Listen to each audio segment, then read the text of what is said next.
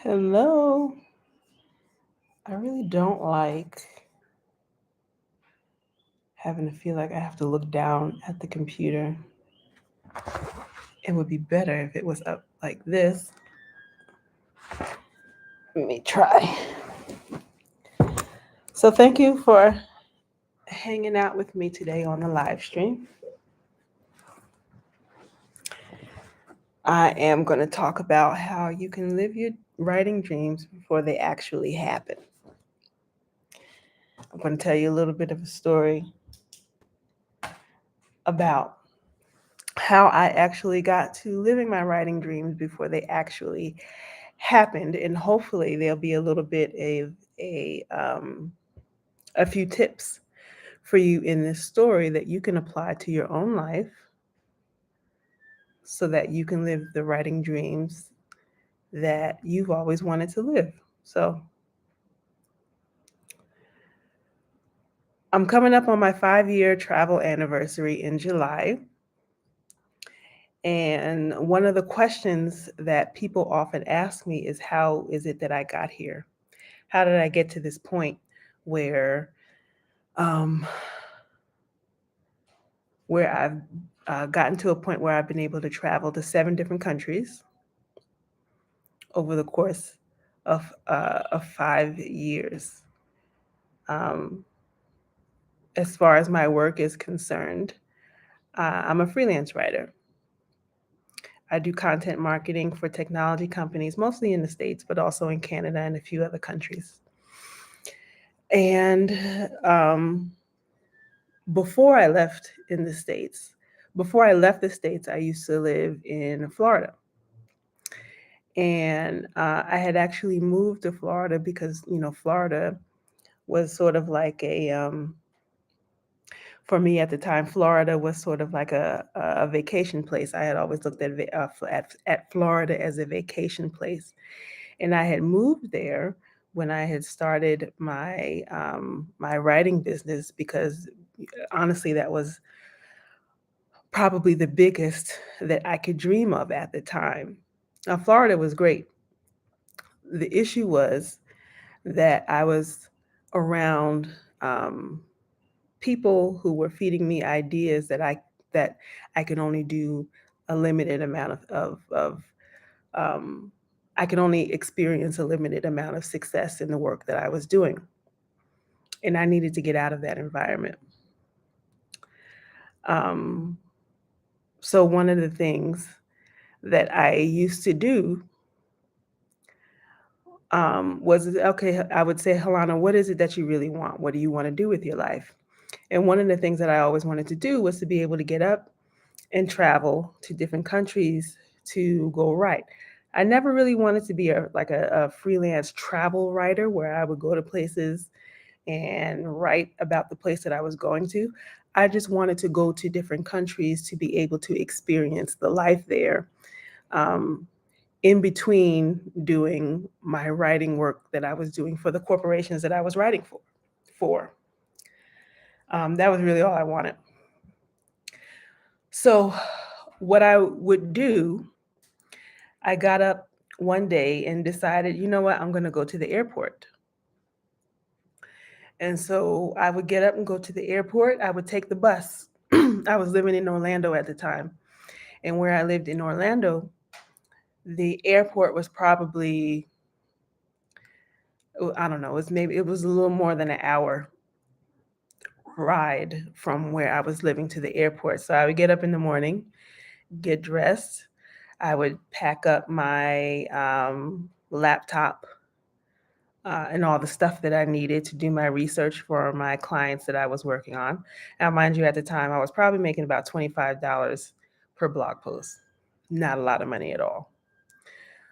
So I would pack up my stuff and I would go to the bus stop, wait for the bus stop, get on the bus, be on the bus, crowded bus, with a whole bunch of other people who were going to the airport because there were usually a bus full of employees of people who were working at the airport. And so I would get there, and of course, the bus would drop you off at some employee area of the of the airport, and I would have to walk around, which would probably take me another 30, 45 minutes to be able to find the area that was most comfortable for me. And I wound up going to an area of the airport it was the departure area, and there was usually they would announce flights that were going to Miami and various parts of Latin America at the time. So I would get there and I was kind of walk around. I would go to some place to get me, a small breakfast. Um, Usually Dunkin' Donuts and not Starbucks because Starbucks was too expensive. So I would go to the Dunkin' Donuts and I would get myself like a little breakfast sandwich and some sort of a tea. And I would take it and I would sit down. And in the airport, in this particular area of the airport, they had these really comfortable like business seats. They were like leather seats and they were like a couch and they were separated. And in between each separation of the seat, they would have like a little outlet strip, so that every seat had like two or three outlets that actually worked. Very clean, very comfortable, soft leather seats. And so, in my eyes, this was like an ideal work environment because while I was sitting there, I would listen to the announcements of people, going to their flights to Miami. They were going to Mexico. They were going to Nicaragua. Um, they were going to Panama and all sorts of other places in Latin America. And I absolutely loved it. I was like, this is the sort of environment that I want to be in. I couldn't afford a plane ticket, couldn't go anywhere. Um, but this was like my way of being able to touch my writing dream. I brought my work with me. I sat down at the airport. I'm hearing people, you know, going back and forth and running to get to their plane in time. And I'm sitting there, doing my work that requires speaking to anybody. So the noise and the busyness of the airport didn't bother me when I was doing the work. So I would do the work for a few hours. Lunchtime would roll around. Um, Time to eat lunch. So then I would go to this little Asian spot, some little Asian chain restaurant, and I would get some sort of like a rice and broccoli and some sort of meat, only like $5 or $6 because that was the cheapest thing that they had. And I would always make sure that I would eat with chopsticks. I would eat with chopsticks. This is very important. Every time I went to an Asian restaurant, I always made sure I ate with chopsticks. Why? Because I saw myself going out to lunch in international places and I wanted to be as absolutely authentic as possible. And at the time, as authentic as I could absolutely make it, um, I would just eat with the chopsticks. And then I would go back, do some work for a few more hours. And then when I was ready to go, I would go around that area of the airport a few times. I would visit the the places where they would sell bags and suitcases and luggage and things like that. And so I would check out all the most expensive luggage and, you know, see what it looks like on the inside. And I would sort of walk around the store with it to sort of see, how nice it felt to be able to walk around the airport with this really expensive luggage. And then, of course, I had no money to be able to buy it. So, it was just my way of being able to experience that for the time being. And so I would probably do that 2 or 3 times a month when I had some extra money to be able to get to the airport and buy lunch and, buy the bus ticket and all that other stuff. And so one day I was able to go. One of the things that I really love when I go to a new country is I like to buy handmade jewelry. Of course, handmade jewelry can be cheap, it can be expensive. And so one of the places that I went to, it was actually right in front of the place where I used to sit down at. The seat, the store in front of the seat had a bunch of handmade jewelry from various countries in Latin America. And so one of the things that I bought was a pair of earrings. I just happened to pull this out today, which is why I'm telling this story. This is, excuse me, this is not the actual pair of earrings that I had. This is not the actual pair of earrings as I bought it back then. Um, I think I only paid like $5 for them, but I think they were from Nicaragua. They were made of some sort of material that came from a tree, and they use some sort of natural, like berries or something to be able to dye it. I don't even remember what it is. I think it was from Nicaragua because, on the little piece of paper that they stick to it, it tells you the story of the women who made the earrings. And so I bought these for $5. And so every time I would travel or go to the airport, like I was traveling somewhere, I would wear my travel earrings. And it was as if I had actually gone to Nicaragua and bought these little earrings that I would, put those on, and I would wear them. So fast forward a few months, I was able to save enough money to be able to go to a conference. I think it was in North Carolina. So I was in Florida. I went to the conference in Florida, left the conference, and it was some sort of a holiday. It may have been Father's Day or something like that. Because when it was time for me to board the plane to be able to go home back to Florida, they said, Miss Black, we don't have a space for you. We've overbooked the plane. And because of that, we would like to offer you, um, what is it, a voucher for $500. And I was like, oh, okay, yeah, I'll take it. $500 voucher, no problem. I'll walk off with this $500 voucher. I have to wait a few hours because they boarded me to, I think I wound up going to like Dallas, someplace far. I waited a few hours, get to Dallas, waited a few hours there. Time to board my plane again to go back to Florida. Same thing happens. Miss Black, we've overbooked your flight. We want to give you another $500 voucher. And I'm like, wow, I got $1,000. $1,000 to be able to get on a plane and go anywhere I want. I take the $500 voucher, and I wait a few more hours, and they actually do send me back to Florida. And so I go back home to Florida, and I'm like, I'm trying to think in my head. I have $1,000 of a voucher sitting in my pocket. What am I going to do with this free money, essentially? And so I had been thinking about how I wanted to try out in real time, in real life, my traveling writer lifestyle. So I took out my $1,000 voucher. I went back to the airport where I had always gone, and I went to the airline that gave me the flight vouchers, and I said, I need to buy a round trip ticket to Mexico. Um, and I, go to the airline because I think with the vouchers, you're not able to, you can't, the only way at the time to be able to use the vouchers was to be able to go to the actual airline, or you got to speak to an actual representative to book the thing, to book the tickets. And so I gave them my voucher, and the person, she looks up the flights in her computer system, and I think the regular tickets were maybe like $300 or $400.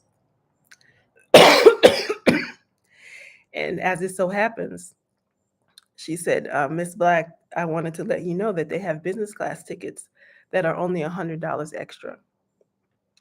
So I think I probably paid an extra $400 or $500 with this free money that I had, um, for the flight, which was really exciting. So I had gone from having absolutely no money to having this free money that's just sort of landed in my lap by accident. And not only did I use that to be able to get my free flight to Mexico, I wound up going to Mexico for 30 days just to be able to see what it was like to be able to sort of be a digital nomad. I don't speak a lick of Spanish, don't know anybody in Mexico, but I said I'm going to for somehow figure out how to make this work. And I went for 30 days. This was probably back in 2016, I think, 16 or 17. Um, I wound up taking the business class tickets. Never had been in business class before in my life, and I just happened to have this free money, all because I made myself have this experience of being able to touch my dream before it actually happened in real life. So I go to Mexico, have a great time, do for 30 days, figure out how to, eat local food, how I was able to manage getting internet and all that other stuff. Had a fabulous time, took great pictures, met new people, came back home. And I decided, listen, I got to figure out a way to be able to do this. And so, fast forward a couple of years, in July of 2018, I decided it's finally time for me to go. I made all my preparations, saved up my money. And when I say I saved up my money, I probably saved up about $2,000. And I wound up going to Thailand. I had never been to Asia before in my life. And one of the reasons that I think I got there is because, remember, when I was going to the airport, I would go to the Asian, the Pan Asian restaurant for lunch, and I would always make sure that I ate with chopsticks all the time. Always ate with chopsticks because it was the most authentic experience. As authentic as you can get in Florida. Um, so yeah, my first experience wound up being in Thailand. And of course, I got all the things when I was in Thailand and had a really beautiful time. But that was really my way of being able to learn um, how to experience the dream that you want to have before you actually get it. So if there's something that you want to be able to experience, um, and maybe you don't have the money to get there, or maybe you are living in some sort of a circumstance that's keeping you from getting there, there are ways that you can sort of use your brain to be able to experience it before you actually get there so that these things feel familiar to you. For me, it was picking up and going to the airport to experience being a traveler without actually having the money to even get on the airplane. I still had the experience of being able to write in a foreign place and creating these foreign experiences. And I went and got my little Nicaraguan earrings without actually even going to Nicaragua. So for you, you can do something like that. Um, Another thing that I often do, I'm preparing to go to my next country. I'm in Rwanda now. One of the things that I like to do is to go on Pinterest and I look at apartments or apartment stylings from the country that I want to go to next. So I can start to think about what is my apartment and what is my home going to look like? What do I want it to look like? What sort of a view am I going to have? What sorts of furnishings? What sorts of art am I going to have on the wall? What are the colors going to be? What does the sunset look like over there? What does the sunrise look like? What does the food look like? You can do that with Pinterest. You can do that with YouTube. Um, you can go on Facebook and get into groups to talk to people who have been to the countries that you are interested in going to. And you start to imagine yourself in that environment before you actually get there. So